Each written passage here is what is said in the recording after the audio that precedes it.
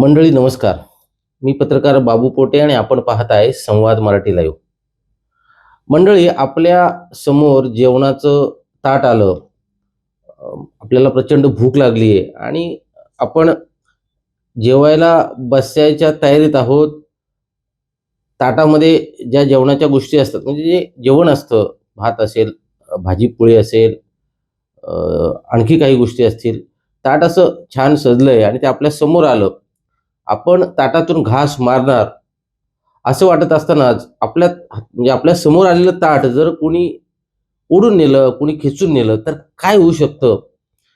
याचा प्रत्यय सध्या सावली जिल्हा परिषद गटातील इच्छुक उमेदवार असलेले सुरेश पाटील घेत आहेत. सुरेश पाटील हे राष्ट्रवादीचे नेते आहेत. सुरेश पाटील यांच्या पत्नी पद्मा पाटील यांनी वडगाव, पूर्वीचा वडगाव आणि आताचा सावरोली, वडगाव जिल्हा परिषद गटातून प्रतिनिधित्व केलंय. म्हणजे त्यांनी जिल्हा परिषद सदस्य म्हणून 5 वर्ष काम केलंय. त्यानंतर आता वडगाव जिल्हा परिषद गटाचं म्हणजे नाव बदललं आणि सावरोली जिल्हा परिषद असं गट असं त्याचं नाव झालं. सावरोली गटातून उमेदवारी मिळावी यासाठी सुरेश पाटील आग्रही होते. म्हणजे आपल्या पत्नीसाठी ज्यांनी सावरोली गटात निकराची झुंज दिली होती. म्हणजे ज्यावेळेस ते निवडणूक लढले होते त्यावेळेस राष्ट्रवादी का फार त्या वार्डात नव्हती. शिवसेनेची चांगली ताकद होती. एकसंघ असलेल्या शिवसेनेची चांगली ताकद होती. असं असताना सुद्धा सुरेश पाटील यांनी निकराची लढाई दिली आणि ती लढाई जिंकली आणि पद्मा सुरेश पाटील जिल्हा परिषद सदस्य झाल्या. त्यामुळे साहजिकच आता जनरल जागा झाल्यानंतर ती जागा आपल्याला मिळेल. कारण मतदारसंघ ज्यांनी बांधलाय त्याच कार्यकर्त्याला वाटत असतं की पुन्हा आपल्याला संधी मिळावी आणि त्या दृष्टीने ते प्रयत्न करत होते. पक्षाकडूनही तसा त्यांना सकारात्मक असा प्रतिसाद मिळत होता. परंतु अचानक सावरोलीचे सरपंच संतोष बैलमारे यांचं नाव पुढे आलं. त्यांनी या जागेवर दावा करायला सुरुवात केली आणि ही जागा आपल्या पारड्यात कसं येईल, कशा पद्धतीने येईल, यासाठी जे जे काही करता येईल ते सगळं करण्याचा प्रयत्न संतोष बैलमारे यांनी केला. खरं तर काही दिवसांपूर्वी रेडिसन जे हॉटेल आहे खालापूर तालुक्यात, त्या रेडिसन हॉटेलमध्ये एक बैठक झाली होती आणि त्या बैठकीत राष्ट्रवादीचे प्रांताध्यक्ष खासदार सुनील तटकरे यांच्यासमोर या दोन्ही इच्छुक उमेदवारांनी पक्ष ज्याला उमेदवारी देईल ते आपल्याला मान्य असेल, पक्षाने घेतलेला निर्णय आम्ही मान्य करू, अशा प्रकारची भूमिका मांडली होती. आणि जो काही निर्णयाचा जो काही चेंडू आहे तो पक्ष नेतृत्वाच्या कोर्टात पेंडिंग ठेवला होता. मधल्या काळात आचारसंहिता जाहीर झाली आणि आचारसंहिता झाल्यानंतर मग उमेदवार जाहीर करायला पाहिजे. त्यामुळे निवड प्रक्रिया जी असते त्या प्रक्रियेने एक प्रकारचा वेग घेतला. आता दुसरीकडे जिल्हा परिषदेची निवडणूक जाहीर झालेली असताना ज्यांच्या नेतृत्वाखाली या मतदारसंघात राष्ट्रवादीचे कार्यकर्ते निवडणूक लढू इच्छितात किंवा जे या मतदारसंघाचं नेतृत्व करतात ते पक्षाचे जिल्हाध्यक्ष असलेले सुधाकर घारे सध्या अडचणीत आहेत.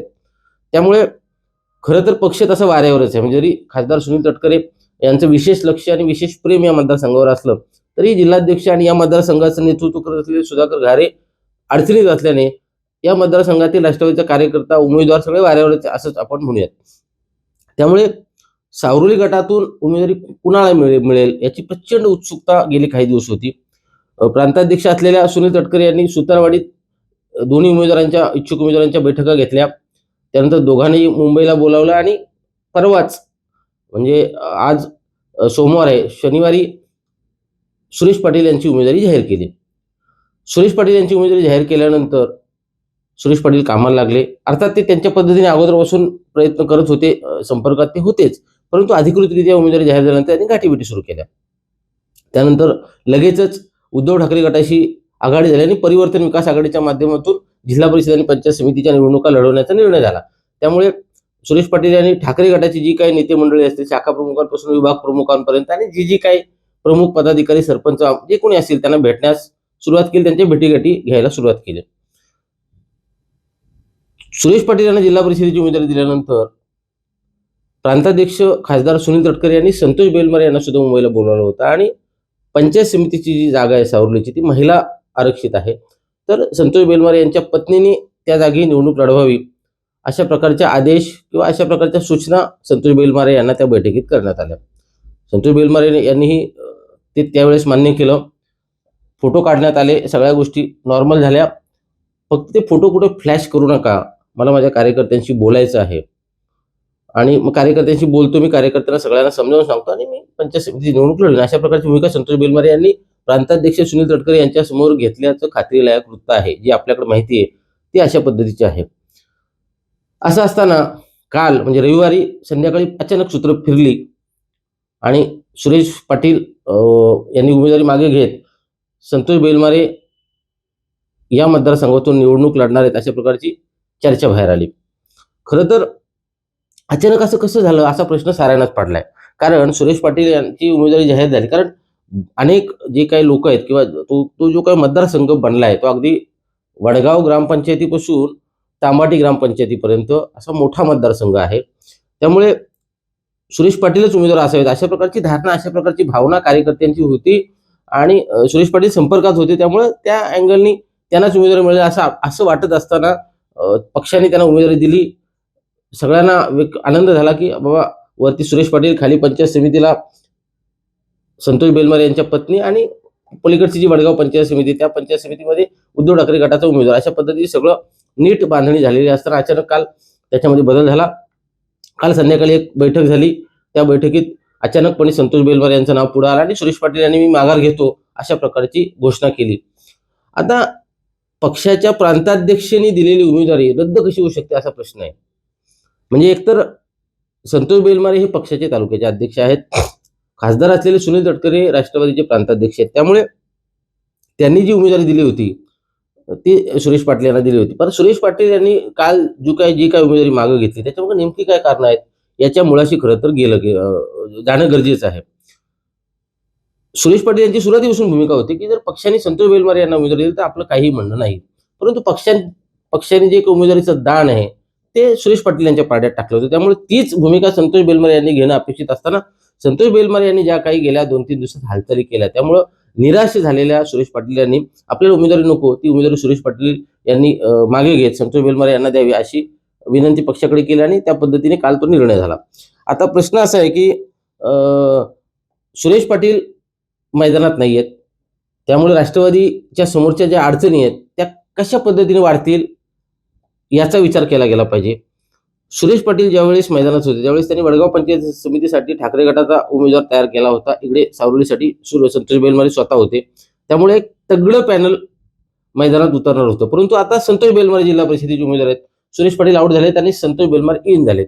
त्यामुळे संतोष बेलमारे इन झाल्याने आता खालचे उमेदवार शोधायची जबाबदारी साहजिकच संतोष बेलमारे यांची आहे. आता त्यांना वडगाव पंचायत समितीसाठी अजून तरी म्हणजे अद्याप तरी जी माहिती आहे त्या अद्यापपर्यंत त्यांच्याकडे उमेदवार नाही. वरची जी सावली पंचायत समिती आहे त्या पंचायत समितीसाठी शिरवलीचे सरपंच उद्धव ठाकरे गटाचे महेश पाटील यांच्या पत्नी उमेदवार असल्याचं कळते. मी ठाकरे गटाने ती उमेदवारी कोणाला द्यायचा त्यांचा प्रश्न. परंतु महेश पाटील राहतात अक्करगाव जिल्हा परिषदेच्या गटात. त्यांच्या पंचायत समितीचा गण आहे खाणाव.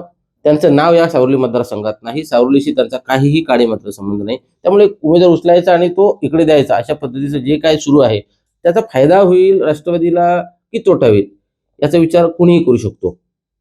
दुसरीकडे भरलेलं ताट आपल्या पुढ्यातून ओढून घेतल्यामुळे जरी सुरेश पाटील यांनी संयमाने सगळं घेतलं असलं म्हणजे त्यांनी स्पष्टपणे अशी भूमिका घेतली की पक्षाचा आदेश आपल्याला मान्य आहे. प्रांताध्यक्ष असलेल्या खासदार सुनील तटकरे यांनी आपल्याला उमेदवारी दिली होती आणि आपलं नाव त्यांनी घेतलं होतं. त्यांच्याविषयी आपल्या मनात काही म्हणजे काय म्हणतात त्याला राग नाही, रुसवा नाही, काही नाही. आपल्याला आपल्या कामाची म्हणा किंवा त्यांनी जो काही सर्वे केला असेल पक्षाने त्याची दखल घेऊन आपल्याला उमेदवारी दिली होती. परंतु ती आपण नाकारली. आता नाकारली याची कारणं वेगवेगळी आहेत ती मी सांगतोच पुढं. परंतु सुरेश पाटील जरी नाराज झालेले नसले किंवा ते दाखवत असले आपण नाराज नाही होत तर त्यांचे जे कार्यकर्ते त्यांचं काय करायचं. सुरेश पाटील यांनी काल बैठक घेतली होती त्यांच्या भागातील कार्यकर्ते. त्या कार्यकर्त्यांना सगळ्यांना समजून सांगितलं की आपल्या पक्षाचं काम करायचं. म्हणजे सुरेश पाटील माझ्या माहितीत सुरेश पाटील हे 1999 म्हणजे पक्ष स्थापन झाल्यापासून राष्ट्रवादीचे संस्थापक सदस्य आहेत. अनेक वर्षे ते राष्ट्रवादीचं काम करत आहेत. आज 2026 मध्ये आहोत. किती वर्षाचा काळ आहे. इतका काळ ते पक्षाचं काम करतायत. त्यामुळे साहजिकच आपण पक्षाच्या विरोधात जाणार नाही. पक्षाने आपल्याला प्रामाणिकपणे उमेदवारी दिली होती. काही अडचणी आल्यामुळे आपण ती नाकारली. त्यामुळे कोणी कितीही दबाव आणला कार्यकर्त्यांनी आपला किती आग्रह केला तरी आपण पक्ष सोडणार नाही. आपण राष्ट्रवादीतच आहोत. आपण घड्याळाचंच काम करण्याची भूमिका सुरेश पाटील यांनी घेतली आहे. आता सुरेश पाटील यांची उमेदवारी रद्द झाल्यानंतर सुरेश पाटील यांना संपर्क झाला नसेल अन्य पक्षांचा असं अजिबात नाही. उरणचे आमदार भाजपचे महेश बालदी यांनी त्यांना संपर्क केला. उद्धव ठाकरे गटाचे माजी आमदार आणि जिल्हा प्रमुख असलेले मनोहर भोईर यांनी त्यांना संपर्क केला. कर्जतच्या शिंदे गटाचे आमदार महेंद्र थोरवे यांनी त्यांना संपर्क केला, अनेकांनी त्यांना संपर्क केला, परंतु त्यांनी ठाम आपली भूमिका मांडली की आपल्याला पक्षाच्या विरोधात जायचं नाही, आपण पक्षाच्या सोबत आहोत. आता जरी सुरेश पाटील यांची भूमिका असली तरी कार्यकर्त्यांचं काय? कारण गेली काही दिवस संतोष बेलमारेंकडून किंवा त्यांच्या कार्यकर्त्यांकडून जे काय सोशल मीडियाचं जे वार सुरू होतं, म्हणजे ज्या काही स्टेटस वार असेल, सोशल मीडियावर ज्या पद्धतीने काही गोष्टी फिरवल्या जात होत्या जाणीवपूर्वक, ते असेल, तर त्याला आता उत्तर सुरेश पाटील यांच्या कार्यकर्त्यांकडून दिलं जाते. कारण आता सुरेश पाटील मैदानातच नाहीयेत. इतके दिवस कार्यकर्ते शांत होते की बाबा सुरेश पाटील यांना उमेदवारी मिळेल, त्यामुळे आपण कोणाला दुखवू नये अशा भावनेत सगळे होते. त्यामुळे आता ते काय सुरुवातीला बोलत नव्हते, परंतु त्याची जी काय परतफेड आहे ती आता व्हायला लागली. अनेकांचे स्टेटस, आपण आता स्टेटस बघूयात, तुम्हाला दाखवतो मी स्टेटस काय आहेत ते. लोकांचे अशा पद्धतीचे स्टेटस आहे. त्यामुळे याचा फटका संतोष बेलमारेंना बसणार नाही का? दुसरीकडे संतोष बेलमारे इच्छुक होते आणि सुरेश पाटील यांना उमेदवारी मिळाली होती. मग आता सुरेश पाटील का नाराज झाले किंवा सुरेश पाटील यांनी का उमेदवारी रद्द केली आणि ती नाकारली, ह्याच्या जर आपण मुळात जायचं ठरवलं तर संतोष बेलमारे यांनी जी पंचायत समितीची उमेदवारी घेतली होती प्रांताध्यक्षांच्या समोर, ती अचानक त्यांनी नाकारली की बाबा मी खाली पंचायत समिती लढणार नाही. आता सुरेश पाटील यांनी असा विचार केला असेल की सावरोली ग्रामपंचायत 2,500पेक्षा जास्त मतांची आहे आणि त्याचं सरपंच पद आहे संतोष बेलमारे यांच्याकडं. जर संतोष बेलमारे यांनी सावरोलीतून मदतच केली नाही तर तो जो फटका बसेल तो भरून कसा काढायचा? जर का ते घरात बसले आणि त्यांनी काम नाही केलं तर तो जो फटका बसेल तो भरून कसा काढायचा, असा विचार करून सुरेश पाटील यांनी थांबण्याचा निर्णय घेतला. त्यांनी घेतलेला निर्णय अत्यंत योग्य आहे असं मला तरी वाटतंय. कारण संधी आज आली आहे, ती गेली आहे, ती परत उद्या संधी निश्चितपणे येईल. प्रामाणिकपणाला, निष्ठेला किंमत नाही असं म्हटलं जातं, कारण आताचं जे काही राजकारण चालतं. परंतु मला असं वाटतं की सुरेश पाटील यांची जी प्रामाणिक भूमिका आहे, ती जी काही पक्षाच्या प्रती त्यांची निष्ठा आहे, त्याचं फळ त्यांना निश्चितपणे मिळेल असं मला तरी वाटतंय. त्यामुळे 2,500 मतांची ग्रामपंचायत असलेल्या संतोष बेलमारे यांनी रिव्हर्स टाकल्याने सुरेश पाटील यांना आपलं काय होईल याचा अंदाज आला आणि त्यांनी सुद्धा रिव्हर्स टाकला. आता सुरेश पाटलांनी रिव्हर्स टाकल्यानंतर संतोष बेलमारे यांनी ती उमेदवारी घेतली. आता काही माध्यमांवरती बातम्या बघितल्या मगाशी मी की सावरोली गटाचा तिढा सुटला. सावरोली गटाचा जिल्हा परिषद गटाचा तिढा वगैरे काहीही सुटलेला नाही. सुरेश पाटलांनी ती उमेदवारी संतोष बेलमारे यांना दान दिली असं म्हटलं तर ती अतिशयोक्ती अजिबात होणार नाही. कारण पक्षाने अधिकृत ते जर अडून बसले असते संतोष बेलमारे काहीच करू शकले नाही. संतोष बेलमारेने एक घरात बसावं लागलं असतं, पंचायत समितीची उमेदवारी घ्यावी लागली असती. 2 पर्याय संतोष बेलमारेंच्या समोर होते. परंतु मोठ्या मनाने ती उमेदवारी स्वतःला मिळेल, म्हणजे अगदी सुनील तटकरे हे प्रांताध्यक्ष आहेत पक्षाचे सर्वोच्च नेते आहेत, पक्षाचे प्रमुख आहेत महाराष्ट्राचे. त्यांनी दिलेली उमेदवारी सुरेश पाटील यांनी संतोष बेलमारे यांना दान दिले असं म्हटलं तर ते अतिशयोक्ती अजिबात होणार नाही. त्यामुळे ज्या बातम्या फिरतायत खरं तर त्या फिरल्या नाही पाहिजेत, किंवा ज्या पद्धतीने संतोष बेलमारे यांचे कार्यकर्ते स्टेटस किंवा अन्य काही गोष्टी करतात ते त्यांनी केलं नाही पाहिजे. कारण त्याचा फटका निश्चितपणे त्यांना बसू शकतो. आज ते उमेदवार आहेत, त्यांनी संयमाची भूमिका घेतली पाहिजे. त्यांनी खरं तर उमेदवारी जाहीर झाल्यानंतर सुरेश पाटलांच्या घरी जायला पाहिजे होतं.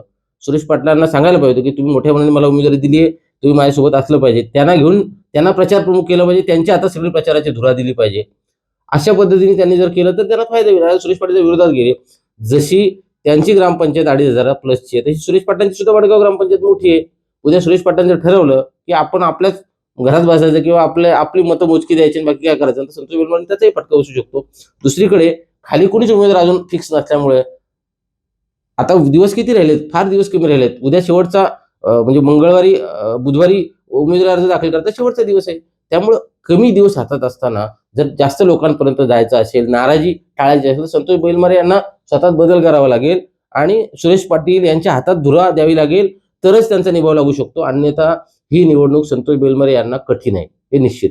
कारण ज्या पद्धतीने शिंदेची शिवसेना राष्ट्रवादीची एका कार्यकर्त्याला घेते, एका पदाधिकाऱ्याला घेते आणि त्याला उमेदवारी देते, ज्ञानेश्वर गायकवाड यांच्या रूपाने एक चांगला उमेदवार समोर देते.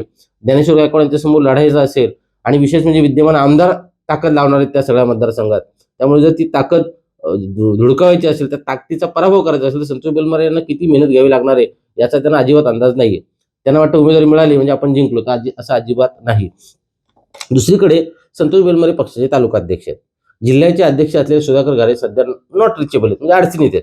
त्यामुळं खालापूर तालुक्याचं पालकत्व कोणाकडे जातं, तर संतोष बेलमारेकडं. त्यामुळे संतोष बेलमारेने जिल्हा परिषदेचे 4 वार्ड असतील, पंचायत समितीच्या 8 जागा असतील, ह्याच्यात गाठागाठी केल्या पाहिजेत. कुठल्या पक्षावर आपण गेलं पाहिजे, उमेदवार कोण असला पाहिजे, उमेदवारांना काय अडचण आहे, त्यांचे फॉर्म भरलेत का वगैरे वगैरे, ह्या ज्या गोष्टी तालुका अध्यक्ष म्हणून त्यांनी कराव्या त्या राहिल्या बाजूला. त्या करायच्या सोडून ह्यांना मला स्वतःला कशी उमेदवारी मिळेल, म्हणजे त्या सुधीर ठोंबरेंच्या कार्यालयात किंवा सुधीर ठोंबरेंच्या सोबत बैठक करणं, मग बंधू पाटलांना बोलवणं, त्या मधुकर घारेंना बोलवणं, किंवा भगवान भोईरना बोलवणं, अन्य प्रकारचं सगळी यंत्रणा वापरणं, ह्या ज्या काही गोष्टी संतोष बेलमारे यांनी केल्या त्यामुळे सुरेश पाटील नाराज झाले.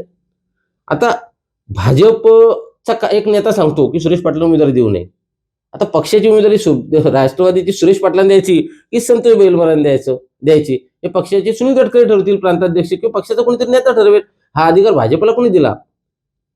काय आपण करत होतो याचं भान संतोष बेलमारे नसल्यामुळं त्यांनी उमेदवारी तर घेतली आहे, परंतु ते अडचणीत आहेत एवढे 100%. म्हणजे त्यांना जरी ओव्हर कॉन्फिडन्स असला तरी सावरी जिल्हा परिषदेचा वाढ मोठा आहे. त्यांचा संपर्क माडपपर्यंतच आहे, माडपासून पुढे त्यांचा संपर्क नाही आणि वर सुद्धा फार काय त्यांचा संपर्क आहे असं अजिबात चित्र नाही. त्यामुळं त्यांना जर का, कारण वडवळ सारखा एक मोठा भाग आहे, वडवळची जर का भाजप आणि शिंदे सेनेची युती झाली तर वडवळमध्ये सुद्धा त्यांना प्रचंड मेहनत घ्यावी लागेल. सावलीत सुद्धा गोविंद बेलमारे काही त्यांच्यासोबत नाही, ते सांगतायत की गोविंद बेलमारे माझ्यासोबत आहेत. गोविंद बेलमारे शिवसेनेचे नेते आहेत, ते कसे त्यांच्यासोबत राहतील? ते लोकांना दाखवतात की गोविंद बेलमारे माझ्यावर आहेत, पण गोविंद बेलमारे त्यांच्यासोबत असण्याचं काहीच कारण नाही. कारण ज्ञानेश्वर गायकवाड हे त्यांचे नातेवाईक आहेत गोविंद बेलमारेंचे, त्यामुळे नातेवाईकाचंच ते काम करतील हे सत्य आहे. त्यामुळे सावलीत सुद्धा त्यांना मतासाठी झुंजावं लागणार आहे संतोष बेलमारेंना. यातून एकच गोष्ट, एकच चित्र क्लिअर होते की आपण जर एखाद्याच्या समोरचं भरलेलं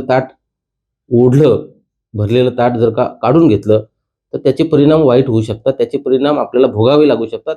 याचंच भान किंवा याची जाणीव संतोष बेलमारे यांनी ठेवावी आणि सुरेश पाटलांच्या हातात सगळी सूत्र द्यावी, तरच त्यांचा या निवडणुकीत निभाव लागू शकतो, असं चित्र सध्या तरी मतदारसंघात आहे. विशेष म्हणजे आता उद्या अर्ज भरला संतोष बेलमारे चाललेत, परंतु खालचे पंचायत समितीचे उमेदवार कोण आहेत? आपण जर का पलीकडे आलो आतकरगावला, तर आतकरगावला वरती जिल्हा परिषदेला श्रद्धा साखरे आहेत, खानाव पंचायत समितीला भूषण पाटील आहेत आणि इकडे आतकरगाव पंचायत समितीला देवयानी देशमुख आहेत. पॅनल आहे, तुमचा पॅनल कुठे आहे? त्यामुळं जे काय राजकारण ॲज अ तालुका अध्यक्ष म्हणून त्यांनी करायला नको होतं ते त्यांनी केलंय.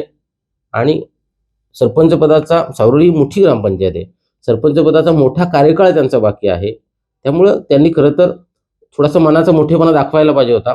सुरेश पाटील शेवटी मनातून कितीही ते वरून दाखवत असले की मी नाराज नाहीये, तरी माणसाने हेच जर संतोष बेलमारेंच्या बाबतीत झालं असतं तर संतोष बेलमारेंनी काय केलं असतं याचा विचार करावा. त्यामुळं जे झालंय ते चुकीचं झालं. राष्ट्रवादीच्या आजवरच्या इतिहासात दिलेली उमेदवारी काढून घेतली आहे आणि ती प्रांताध्यक्ष असलेल्या सुनील तटकरेंनी दिलेली उमेदवारी परत काढून घेतली. आजच्या आजवरच्या इतिहासात रायगड जिल्ह्यातली पहिली घटना असावी. त्यामुळे याचे परिणाम काय होतात हे आपल्याला पाहावं लागेल. तुर्तास इतकंच, संतोष बेलमारेंना उमेदवारी मिळाली आहे, परंतु त्यांनी निवडणूक किंवा लढाई जिंकलेली नाही. ही निवडणूक आणि ही लढाई संतोष बेलमारे यांच्यासाठी प्रचंड कठीण आहे.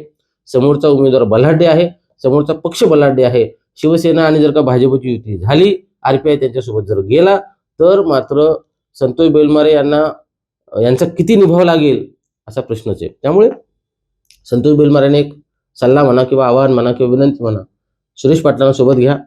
सुरेश पाटलांच्या नेतृत्वाखाली ही निवडणूक लढली गेली पाहिजे असं पहा. तुम्हाला पलीकडच्या वार्डात जर का मतं हवी असतील तर सुरेश पाटलांना तुम्हाला सोबत घ्यावंच लागेल. कारण तुम्ही माझगावच्या पुढे गेलात की सुरेश पाटलांची ताकद आहे आणि ती ताकद तुम्हाला जर वापरून घ्यायची असेल, ती जिल्हा परिषदेची जागा राखायची असेल, कारण मागच्या निवडणुकीत 4 पैकी 3 जागा जिल्हा परिषदेच्या आल्या होत्या, त्यात ही जागा होती. ती जागा जर राष्ट्रवादीला राखायची असेल तर राष्ट्रवादीनं आणि संतोष बेलमारे उमेदवार म्हणून सुरेश पाटलांना कसं जवळ घेता येईल, त्यांच्या हातात कशी सगळी सूत्र देता येतील याचा विचार करावा. अन्यथा ही निवडणूक संतोष बेलमारे यांच्यासाठी जड आहे. ते उमेदवार म्हणून उद्या अर्ज भरतायत, त्यांना शुभेच्छा आहेत, परंतु त्यांनी या सगळ्या गोष्टीचा पॉझिटिव्हली विचार करावा अशीच विनंती या माध्यमातून करतोय. खालचे उमेदवार आता अजून त्यांचे ठरलेले नाहीयेत. आता उद्धव ठाकरे गटाचे उमेदवार कोण येत आहेत याच्यावरती सुद्धा बऱ्याच गोष्टी अवलंबून आहेत. परंतु तालुका अध्यक्ष असलेले संतोष बेलमारे उमेदवार झाल्याने दुसरीकडे कार्याध्यक्ष असलेले भूषण पाटील सुद्धा उमेदवार आहेत. त्यामुळं पक्षाला आता वालीत असा कोणीच राहिलेला नाही. त्यामुळं प्रभारी म्हणून कोणाकडे तरी जबाबदारी संतोष बेलमारे यांनी दिली पाहिजे खरं तर, आणि आपण उमेदवार म्हणून लोकांच्या समोर गेलं पाहिजे असाही एक मतप्रवाह आहे, त्याचाही त्यांनी विचार करावा. जाता जाता इतकंच की आपण कुणाला दुखवलं तर समोरच्याही आपल्याला दुखवलं. शेवटी काय म्हणतात, गिव्ह अँड टेक असं काहीतरी असतं. आपण समोरचा रिस्पेक्ट दिला तर समोरचा आपल्याला रिस्पेक्ट देतो. तशाच पद्धतीचं आहे. आपण जे वाढून ठेवले तेच आपल्या पुढे येऊ शकतं याचा विचार करावा आणि या निवडणुकीला संतोष बेलमारे यांनी सामोरं जावं. तुर्तास इतकंच.